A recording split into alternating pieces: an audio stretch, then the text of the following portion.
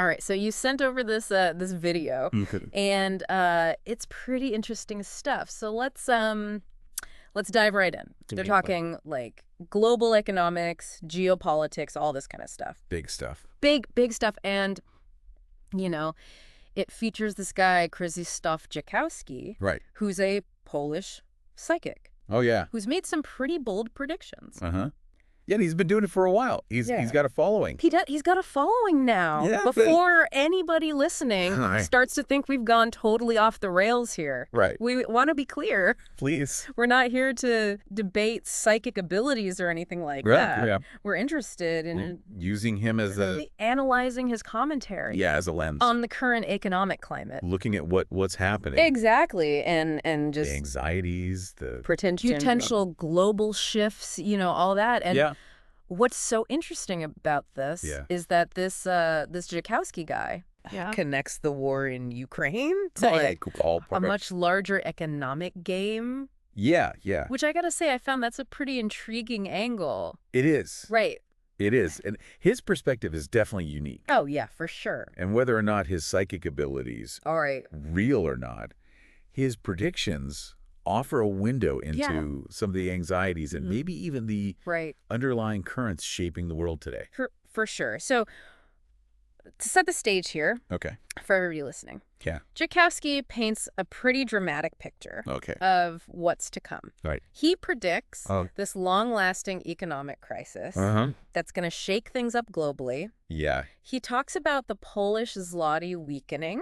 Okay. A major stock market crash on the horizon. Oh, wow. And a significant drop in Bitcoin. So he's saying Bitcoin's going to drop. He is, okay. But he doesn't see it as all doom and gloom. Yeah. He actually predicts that Bitcoin will recover with what he calls stormy growth. Stormy growth. That's an image. No, right? It's a pretty vivid image. I like that. Yeah, I got to admit. Yeah. That's interesting because it contrasts with what some economists traditionally believe about how assets perform during crises. Right. You would assume people would flock to safer investments. Yeah, like bonds and stuff. Yeah, exactly. But history shows that economic uncertainty can actually benefit. Oh, really? Certain assets, like gold and potentially cryptocurrencies. So that makes sense when you consider that cryptocurrencies were like born out of the 2008 financial crisis, a time of, immense economic turmoil. Absolutely, They were designed to be decentralized, independent of government control. Yeah, that was the whole idea. Which can be very appealing. During times of instability. Exactly. Yeah. And if you factor in Jackowski's claim that the U.S. might be intentionally engineering this crisis. Okay, wait, hold on. Let's unpack this. Yeah, let's get into that. He's suggesting that the U.S. might be deliberately engineering this crisis to gain a financial advantage over China and bolster its own economy. Sure. And he sees the U.S.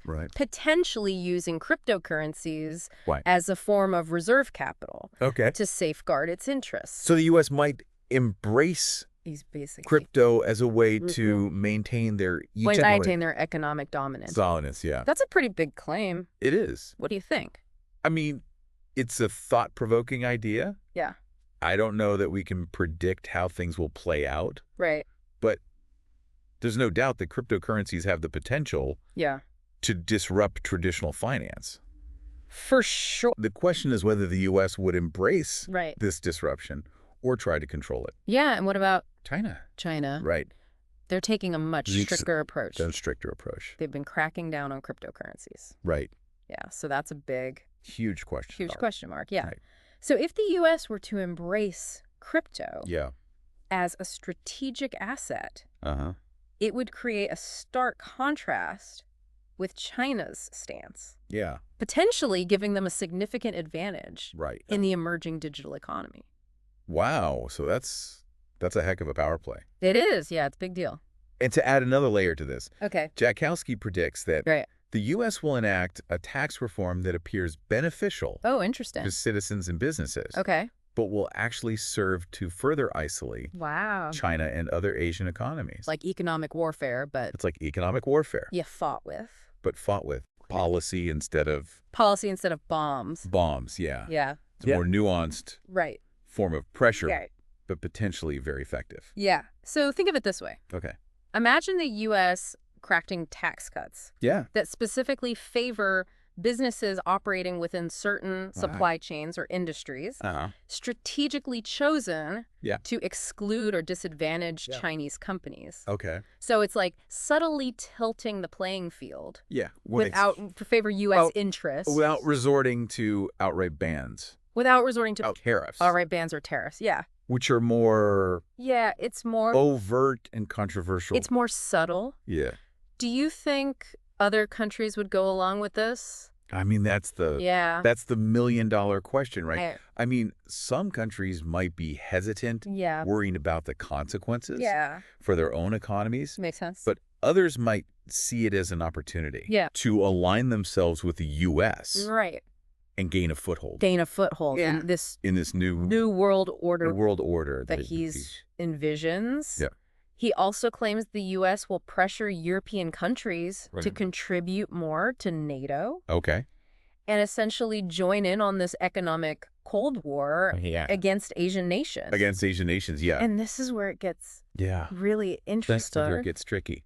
Yeah, because we're talking about a major geopolitical realignment. A realignment, yeah, for sure.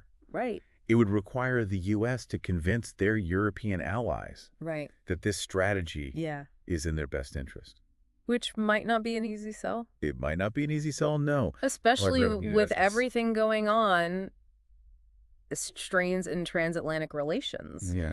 You know, particularly when it comes to defense spending and trade. Exactly. And then there's the wild card in all this. Sure. Yeah. Russia. Right. Jackowski portrays this really complex relationship between the U.S. and Russia. Complicated. That calls it a false game. Of what? Where both countries have their own hidden agendas. Yeah. Almost like they're playing poker. They're playing this high-stakes poker match. Yeah, with the world watching. Oh, man. Right. Yeah. He even suggests that the U.S. might be trying to secure Russian cooperation in a potential attack on Iran. That's a big one. By offering concessions elsewhere. I mean, that's a startling claim. It is. And one that has that's huge, massive global implications. Yeah. It's true. If true, right. Yeah, it suggests a level of geopolitical maneuvering that could reshape the balance of power. Absolutely. In the Middle East and beyond. And he predicts that Putin is exploiting what he sees as Trump's weakness. Interesting. And lack of international credibility to advance his own agenda. Right. Which some analysts believe is to weaken NATO. And drive a wedge between the U.S. and its European allies. Right. If that were to happen, that would signal a major shift in the global order. Absolutely. One that could embolden other actors who seek to challenge the existing power structures. So we've got this potential economic crisis brewing. Right. Possible realignment of global powers. Yeah. And Jackowski seems to think... And he thinks that the war in Ukraine is... It's the catalyst for it all? The catalyst for it all. Yeah, he views it as a pivotal event. Yeah. That will accelerate existing trends and usher in a new era of geopolitical and economic competition. It's a lot to take in. It is. And I think it's important to step back for a moment. Yeah, and remember to bear breath. That we're dealing with predictions, not facts. Predictions, not facts. Right. It's true. But even if Jackowski's predictions don't come to pass exactly as he envisions, they force us to think critically about the forces shaping our world and to consider alternative scenarios. But think outside the box. Outside the box, yeah.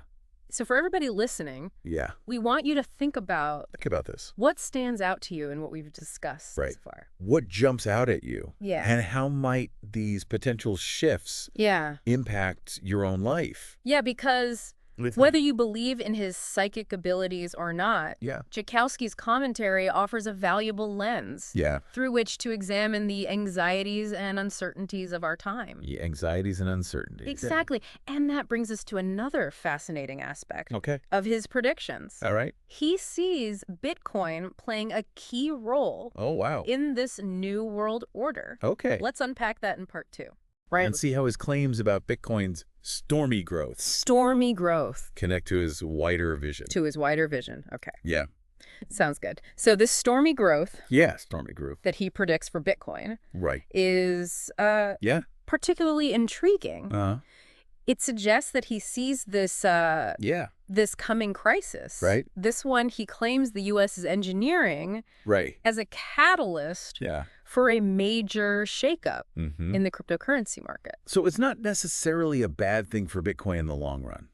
Not necessarily. Almost like a trial by fire that weeds out the weaker players and leaves the stronger ones to thrive. Exactly. And this idea actually aligns with the views of some economists who believe that periods of economic uncertainty, as counterintuitive as it may seem, can actually benefit certain types of assets, including cryptocurrencies. You're saying, think about it. Crypto could be seen as a safe haven. Yeah, like that's fascinating. When traditional systems are in turmoil, people often look for alternative ways to protect their wealth. That makes a lot of sense, especially considering that for a lot of people, it's still it's new, relatively new and unknown territory. A new frontier. Yeah. Exactly. Remember, cryptocurrencies were essentially born out of the last major financial crisis. The 2008 crash. The 2008 crash. Yeah. Right. They were designed to be decentralized, operating outside the control of governments and traditional financial institutions. It's a whole different system. It is a whole different system. Yeah. And this inherent characteristic makes them attractive to some investors. Right. Especially during times when faith in those traditional systems is shaken. Yeah, that makes a lot of sense. Right. And if we consider Jackowski's claim that the U.S. might use cryptocurrencies as a form of reserve capital, this could further accelerate their adoption and growth. Boost things, Right. And remember what we talked about before, how for a long time, the U.S. dollar has reigned supreme as the world's big dog primary reserve currency. Yeah, the global reserve currency. Right. But a potential shift towards crypto. Right. Especially if orchestrated by the U.S., could disrupt this balance and redefine the global financial landscape. Yeah, it'd be a whole new ballgame. It's almost like a high-stakes game of chess. It is, with the U.S. making these strategic moves to maintain its position. To stay on top. On the board, Yeah. And let's not forget, China. Right, China. Their crackdown on cryptocurrencies creates this stark contrast. Yeah, huge contrast. To the U.S.'s more open, albeit cautious approach. Right, they're being very careful. Careful, This divergence could have major implications for the balance of power in the digital economy. So while China is tightening the reins, the U.S. might be positioning itself. To capitalize on the potential. Yeah. But this raises a big question. Yeah, what's that? Would other nations follow suit? Would they jump on board? Yeah. It's hard to say. Right. For certain, some countries might be wary of embracing a technology that could potentially undermine their own because it could currencies or financial systems. Hurt their own systems. They could, But on the flip side, aligning with the U.S. And adopting crypto could be seen as a way to secure their place in this new world order Jackowski described. In this new world order, It's a high-stakes gamble. It is a gamble. With potentially huge consequences for global trade and the world economy. Huge. And this whole scenario really highlights the growing interconnectedness of geopolitics and economics in our world today. I mean, decisions about finance are rarely made in isolation. They're often interwoven with strategic considerations and global power dynamics. It's all connected. It's all connected, Speaking of which, let's turn our attention back to the U.S.-Russia dynamic that Jackowski lays out. He calls it a false game. A false game. Where both sides are operating with these hidden agendas. Hidden agendas, It's like trying to solve a puzzle where some of the pieces are intentionally missing. It's like a shadowy backroom deal kind of thing. You don't know. You don't know what's really going on. That's really going on. He even goes so far as to suggest that the U.S. might be offering Russia concessions in other areas, perhaps related to spheres of influence or geopolitical maneuver. In exchange for their cooperation in a potential attack on Iran.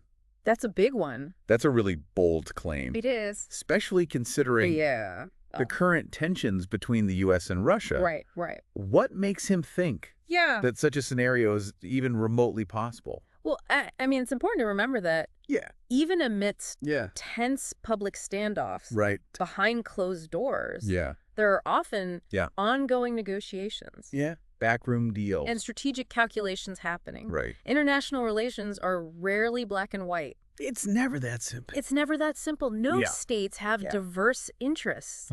And they constantly seek ways to advance those interests through a combination of cooperation and competition. So there's always a chance that what we see on the surface doesn't reflect. Doesn't tell the whole story. The full complexity of what's happening behind the scenes. Exactly. And that's where things get really interesting, because Jackowski seems to believe that Putin is playing this false game masterfully. He's a master manipulator, according to Jackowski. Right. He claims Putin is exploiting Trump's perceived weakness and lack of international credibility to further Russia's own geopolitical ambitions. Which some analysts believe is to weaken NATO and undermine U.S. influence in Europe. Undermine U.S. influence, If Putin were to achieve that, it would be a huge significant shift in the balance of power, wouldn't it? Absolutely. It would signal a move away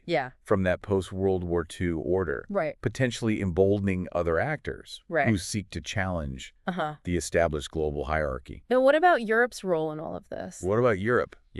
Jackowski warns that European countries will lose trust in the U.S. and its promises. Lose trust.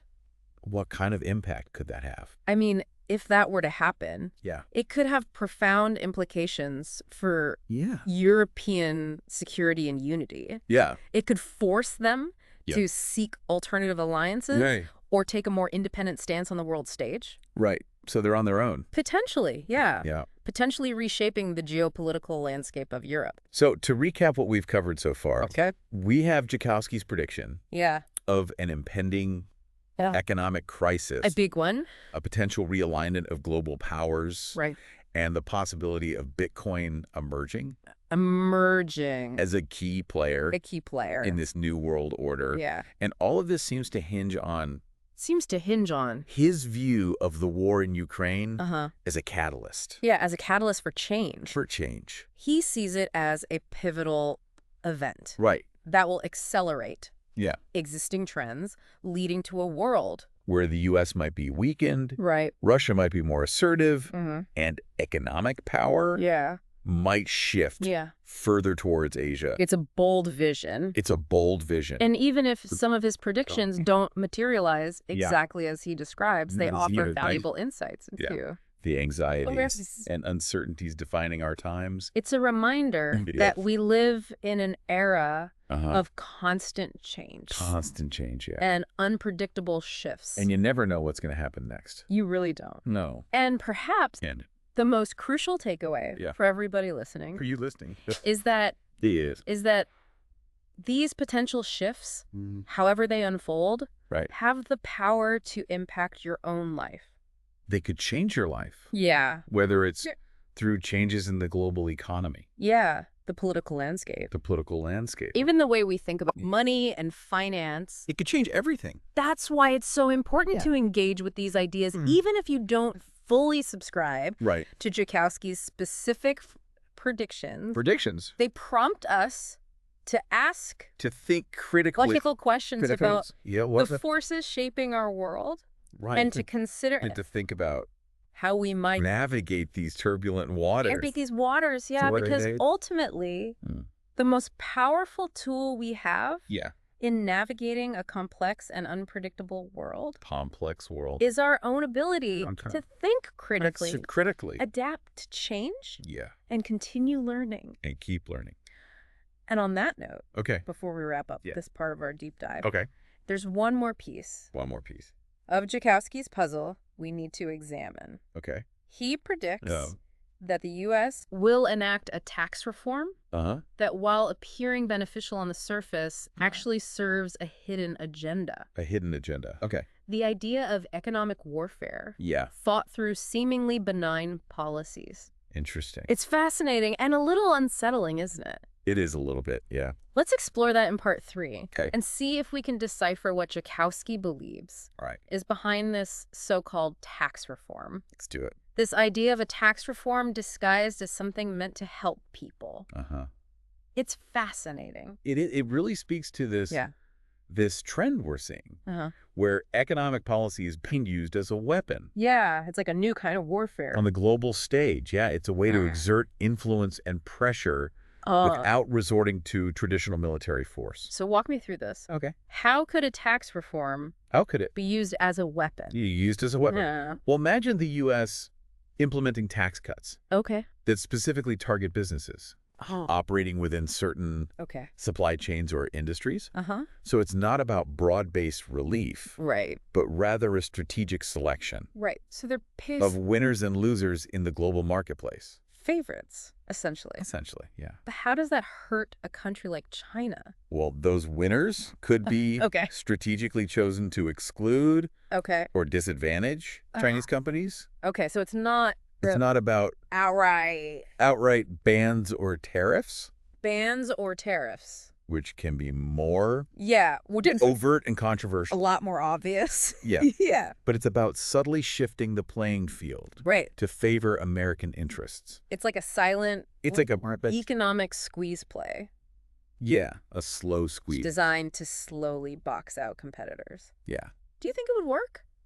I mean, it's a long game. Yeah. But it could be effective. Yeah. Remember, economies are interconnected. They are. So by strategically favoring certain industries or supply chains, the U.S. could potentially weaken China's economic position over time. And Jackowski claims this tax strategy would be coupled with pressure on European countries to get on board with this economic Cold War. So the U.S. would push European nations to align their policies with this strategy of containing China. But that's where things get complicated. It does get a little messy because Europe has strong economic ties with China. Huge. Yeah. So wouldn't it be tough? It would be. To convince them to turn their backs on such a... I mean, it would be a tough sell. Lucrative trading partner. It would require a delicate balancing act. Right. The U.S. would have to offer incentives. Yeah. For cooperation while also emphasizing the risks of continued economic entanglement with China. So it's a high-stakes gamble. High-stakes gamble, yeah. With potentially major implications for global trade. Huge implications. And the world economy. Absolutely. It really makes you realize. It does. How intertwined. Yeah. All of this is. Everything's connected. Geopolitics and economics. Yeah. Right? Yeah. Economic decisions aren't made in a vacuum. They never are. They're often influenced by strategic considerations and power dynamics. Exactly. So as we navigate this increasingly complex landscape, it's crucial to be aware of the underlying forces at play. What's really going on behind the scenes? What might seem like an isolated event, like a tax reform in one country, can ripple outward. It can have a huge impact. And have significant global consequences. Yeah. So looking back at everything we've discussed, Jackowski's predictions about this impending economic crisis, the potential for a shift in the global balance of power. The idea of economic policies being used as weapons. It's a lot. A lot to process. To take in. It paints a pretty unsettling picture. It does. Of the future, doesn't it? It does, but we need to approach predictions, especially from unconventional sources, with a healthy degree of skepticism. Right. We always have to. But they can serve as valuable thought experiments. They force us to confront uncomfortable possibilities and to consider alternative scenarios that we might not have otherwise imagined. We might not have thought of. Exactly, whether or not Jackowski's predictions come true. Exactly as he describes. They highlight the anxieties and uncertainties that a lot of people are feeling. Yeah. It's a weird time. It is a weird time. The idea of a world with a weakened U.S., a more assertive Russia, and a potential shift in economic power towards Asia. Yeah. It's a significant departure. It's a big change. From the world. From the world we've known. We've known for decades. Yeah. And this brings us back to you listening. To you listening to this deep dive. We encourage you to think about. To think about all this. What all this means for you. How might these potential global shifts impact your own life, your work, your community? How might this change things for you? Because the future is uncertain. It is. But by engaging with these ideas, exploring different perspectives, and asking those critical questions, those tough questions, we can better prepare ourselves. We can be more prepared for whatever lies ahead. Or whatever's coming next. The most powerful tool we have in navigating this complex, unpredictable world is our own ability to think for ourselves. To think critically. Adapt to change. And to keep learning. And on that note, we'll wrap up this deep dive. Thanks for joining us. Thanks for listening. On this exploration of some pretty mind-bending ideas. Mind-bending for sure. So until next time, keep exploring, keep questioning. And keep learning. And keep learning.